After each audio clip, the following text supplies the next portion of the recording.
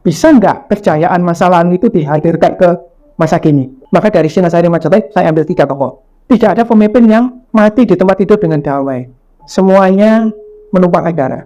Mau diakui, apakah ini kejayaan? Kejayaan kok bunuh-bunuhan kayak. Maka kita bisa membuka Rangkawuni untuk kita mengungkap kejayaan itu.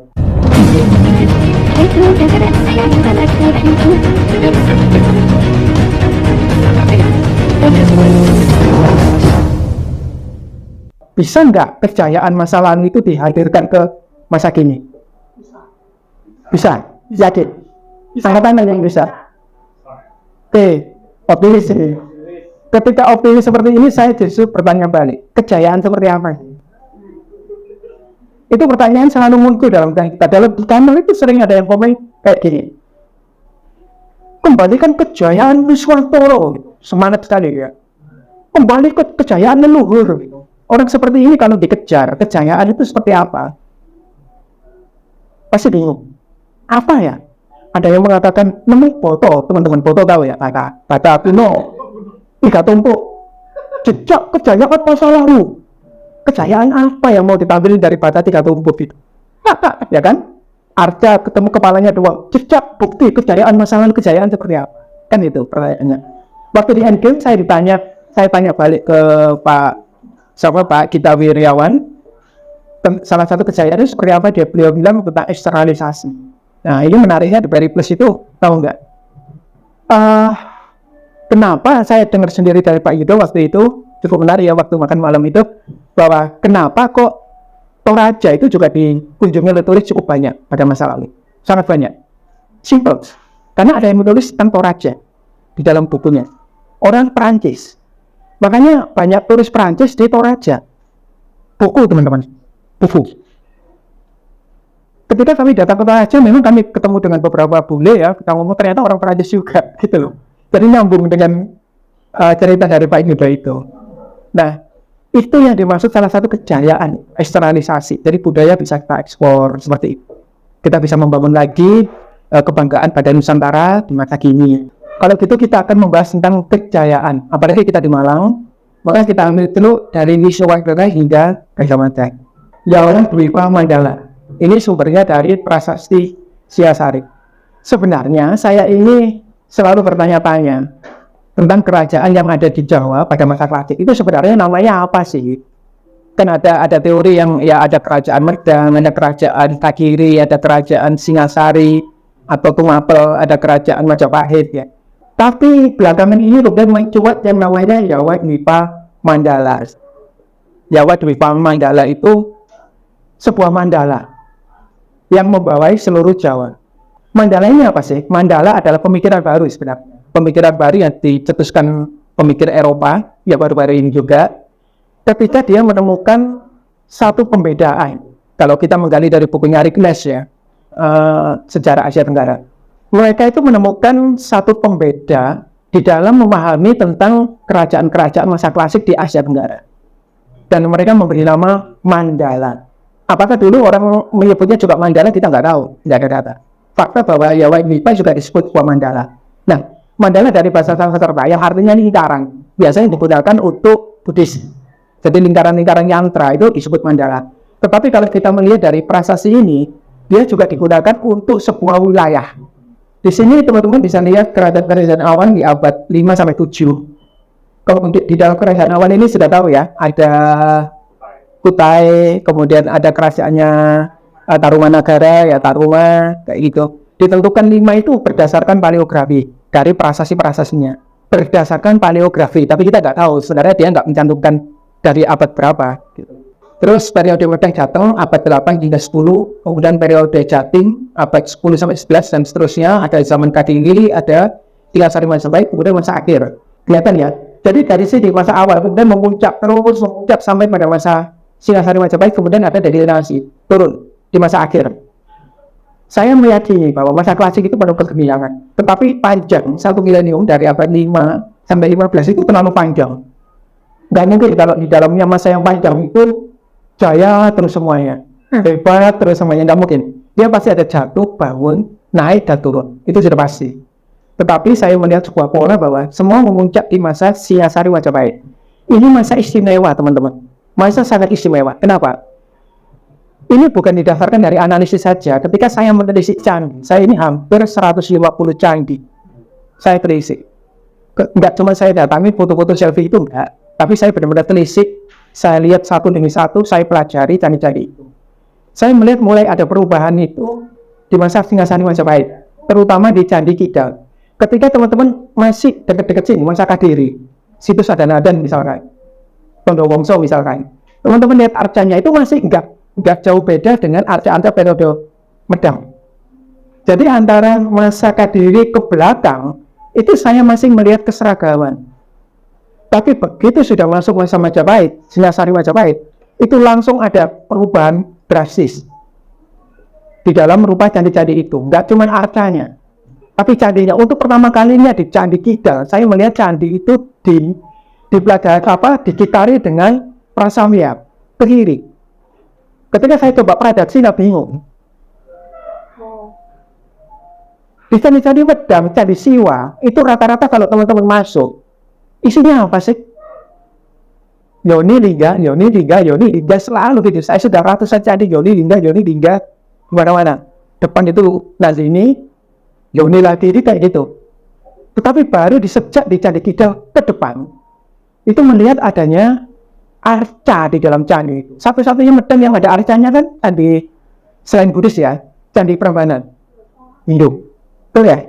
Saya itu candi Buddhis ya ada lah, Triratna Buddha, ya kan? Vairocana dan teman-temannya 3 itu. Tetapi kalau candi Hindu, itu saya baru melihatnya di masa Singasari Majapahit ini. Arca perwujudan.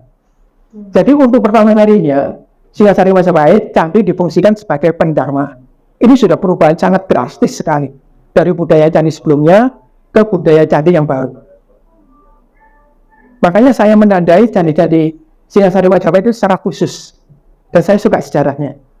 Setelah kita ngerti tentang sejarah itu, saya akan zooming lebih dekat lagi. Maka dari Singasari Majapahit, saya ambil 3 tokoh untuk kita mengungkap kejayaan itu. Kita mulai dari Singasari. Di Singasari ada tokoh yang namanya Wisnuwardana. Sebelum kita mengenal Wisnuwardana, kejayaan seperti apa yang dia bangun, teman-teman harus tahu politik atau intrik politik di masa Singasari. Wisnuwardana. Yang pertama, Keh Hangro, orang Rajasa merebut tahta Tumampel dan membunuh Tunggul-Ametung, sudah tahu ya, di Pararaton. Jadi seorang begal gitu merebut kekuasaan Tumampel pada masa itu. Ya sorry, nggak apa-apa kan, saya begal. Ya, faktanya memang seperti itu. Dia merebut kekuasaan Tumampel dari seorang Tunggul-Ametung. Diambil, kemudian dia juga pada akhirnya dibunuh oleh Anusapati. Anusapati itu anaknya Tunggul-Ametung itu tadi. Kalau menurut Pararaton, sekali lagi menurut Pararaton. Jadi, setiap teman-teman mendengar statement sejarah, selalu tanyakan sumbernya. Saya berusaha di kanal saya untuk menyebut sumber. Ya, kalau menurut Pararaton, Ranggarajasa ini pada akhirnya dibunuh oleh Anusapati, putra dari Tunggul-Ametung. Kemudian pada gilirannya, Anusanata atau Anusapati nanti dibunuh oleh Sokjaya, putra dari Ranggarajasa yang tadi. Jadi ini anak-anak balas-balasan gitu. Bapaknya dibunuh, anaknya balas gitu. Saling balas-balasan. Dan Tosjaya nasibnya juga nggak baik-baik amat. Dia terbunuh dalam sebuah kerusuhan. Kerusuhan antara kelompok Rajasa dan kelompok Silir yang dimotori sebenarnya oleh Ranggawuni dan Mahesa Campaka. Mahesa Campaka itu cucu dari Ranggarajasanya tadi. Jadi kalau teman-teman bisa lihat situasi politiknya itu bunuh-bunuhan. Tidak ada pemimpin yang mati di tempat tidur dengan damai. Semuanya menumpahkan darah. Mau diakui, apakah ini kejayaan? Kejayaan kok bunuh-bunuhan kayak? Saya kok nggak yakin kalau ini bisa disebut kejayaan. Maka kita bisa membuka Ranggawuni. Ranggawuni ketika dia datang, dia tidak dibunuh sebenarnya oleh Tosjaya waktu itu. 2 sebenarnya yang mau dibunuh, Mahesa Cempaka dan Ranggawuni. Tapi kemudian dua-duanya bersepakat, udahlah kita nggak usah bunuh-bunuhan antar kita sendiri, kita beresin dulu Tosjaya, kita berjuang bareng. Setelah Tosjaya diberesin, kedua tokoh ini kemudian apa yang terjadi? Ada kesepakatan untuk kita melihat ke belakang deh. Mereka itu sudah bunuh-bunuhan kayak gitu, kita nggak boleh melakukan hal yang sama. garis dari Tunggal Metung, aku garis dari Ranggara Jasa. Kita bagi kekuasaan aja deh, gitu loh, daripada bunuh-bunuhan. Dan pada akhirnya dipuji oleh para raton menjadi dua naga dalam satu liang. Artinya ada dua penguasa di dalam satu negara. Naga Roro Saleng istilahnya. Ini juga ditegaskan oleh negara Kertagama.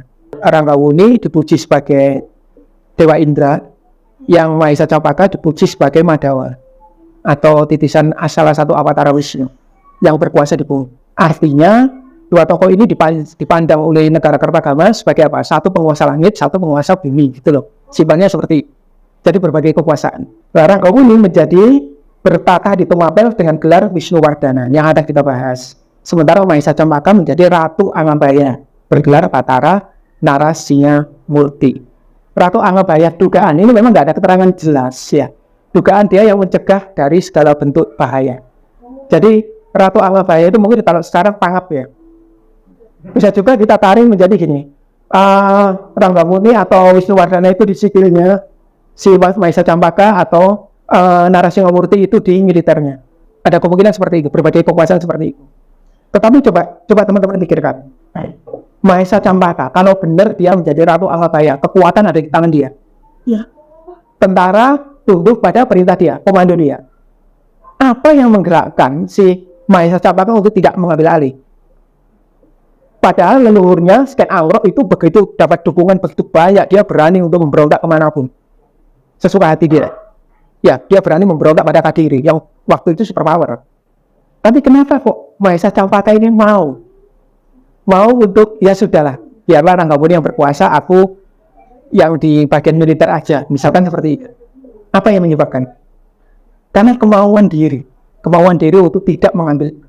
Kan berarti yang dulu itu istilahnya ada balas dendam, ada rakus kekuasaan, tetapi terjadi di masa Ranggawuni dan Mahesa Campaka. Makanya disebut dua naga. Jadi ini bukan si Wisnuwardana lebih berkuasa daripada Mahesa Campaka. Enggak, dua-duanya sama-sama bisa saling membunuh. Yang ini ada kekuasaan sipil, yang ini ada kekuasaan militer. Naga loh ya, naga. Dengan adanya saling berbagai kekuasaan itu, teman-teman bisa lihat nanti dibandingkan dengan sebelumnya, betapa mulusnya suksesi Wisnuwardana.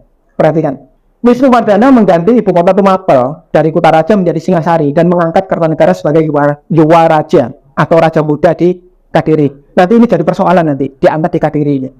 Ada yang menganggap bahwa Tumapel dan Kutaraja itu Singasari dan Kutaraja itu dua tempat berbeda. Jadi sekedar dipindah. Awalnya di Tumapel, awalnya di Kutaraja, kemudian dipindah ke Singasari. Ada yang menganggap lagi itu sekedar pengubahan nama. Awalnya namanya Kutaraja, kemudian berubah menjadi Singasari. Tapi apapun itu. Nah sekarang malah ada yang berpendapat, itu kan nama ibu kota, bukan nama kerajaan. Ada yang berpendapat, enggak, kerajaannya tetap Tumapel kok.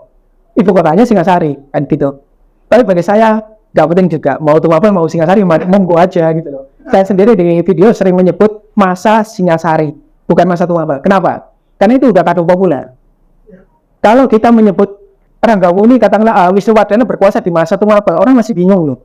Karena kita sudah terbiasa dengan nama Singasari. Dan lagi pula saya lebih suka Singasari. Memang namanya lebih terkesan romantis gitu ya. Oke, selanjutnya Kertanegara anaknya Wisnuwardana tadi sudah bergelar Sri Maharaja dalam prasasti Pakiswetan. Sementara Wisnuwardana bergelar Batara. Itu tahun 1266. Terus 1269, 4 tahun kemudian atau 3 tahun kemudian terbit prasasti Sarwadharma, di mana Kertanegara sudah berkuasa penuh. Nah ini perhatikan. Kalau di slide sebelumnya 1255 kan Kertanegara menerbitkan prasasti Ulama Loro atas perintah Wisnuwardana. Artinya Wisnuwardana masih cawe-cawe. Di slide selanjutnya Kertanegara sudah bergelar Maharaja, sementara Wisnuwardana bergelar Batara. Ini sebutannya gini, Maharaja itu Raja Biseka, gelar sebagai raja di dalam prasasti. Saya baca. Dan kemudian Wisnuwardana itu Batara, bergelar Batara, itu Dewa Biseka, gelar sebagai dewa.